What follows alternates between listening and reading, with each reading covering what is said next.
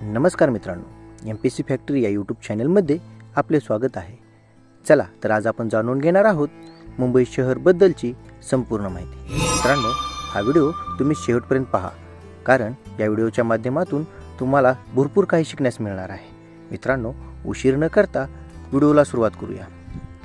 1990 मध्ये बृहन्मुंबई जिल्ह्याच्या विभाजनातून मुंबई शहर व मुंबई उपनगर जिल्ह्याची निर्मिती करण्यात आली.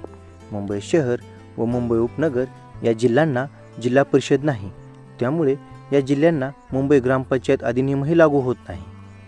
मुंबई 7 बेटांचे शहर आहे. मुंबई शहर हा क्षेत्रफळानुसार महाराष्ट्रातील सर्वात लहान जिल्हा व सर्वाधिक दाट लोकसंख्येचा जिल्हा आहे. मुंबई ही महाराष्ट्राची प्रशासकीय राजधानी तर देशाची आर्थिक राजधानी आहे. मुंबई विद्यापीठ, महाराष्ट्र राज्याचे उच्च न्यायालय, gateway of India, Chhatrapati Shivaji आंतरराष्ट्रीय विमानतळ, सहार विमानतळ, हँगिंग गार्डन म्हणजेच आताचे फिरोजशाह मेहता उद्यान, तारापूर पोलरवाला मत्स्यालय, प्रिन्स ऑफ वेल्स म्युझियम, राणीचा बाग, व्हिक्टोरिया टर्मिनस म्हणजेच आताचे Chhatrapati Shivaji Maharaj terminus, Jahangir art gallery, Nehru विज्ञान भवन,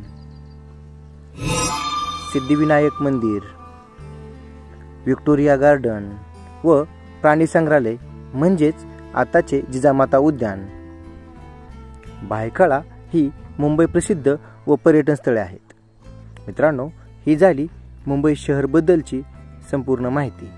आता आपण यावरील प्रश्न पाहणार आहोत. प्रश्न पहिला, खालीलपैकी कोणते शहर देशाची आर्थिक राजधानी म्हणून ओळखले जाते? मित्रांनो, या प्रश्नाचे ऑप्शन आहेत अ मुंबई, ब दिल्ली, क हैदराबाद आणि ड कोलकाता. मित्रांनो, या प्रश्नाचं उत्तर आहे अ मुंबई.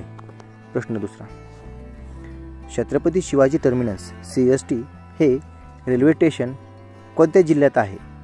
मित्रांनो, या प्रश्नाचे ऑप्शन आहेत अ पुणे, ब मुंबई शहर, क कोल्हापूर, ड सोलापूर.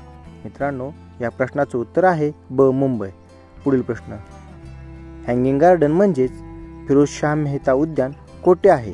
मित्रांनो, या प्रश्नाचे ऑप्शन आहेत अ पुणे, ब कोलकाता, क चेन्नई, ड मुंबई. मित्रांनो, या प्रश्नाचं उत्तर आहे ड मुंबई. पुढील प्रश्न, डॅश डॅश हे येथे मुंबईतील सर्वात मोठी झोपडपट्टी आहे. मित्रांनो, या प्रश्नाचे ऑप्शन आहेत अ धारावी, ब कल्याण, ग प्रभादेवी, ड वांद्रे. मित्रांनो, या प्रश्नाचं उत्तर आहे अ धारावी. मित्रांनो, ही माहिती तुम्हाला कशी वाटली हे तुम्ही मला कमेंट करून कळवा आणि चॅनलला सबस्क्राईब करायला विसरू नका, जेणेकरून अशीच माहिती मी तुमच्यापर्यंत पोहोचवत राहील. धन्यवाद.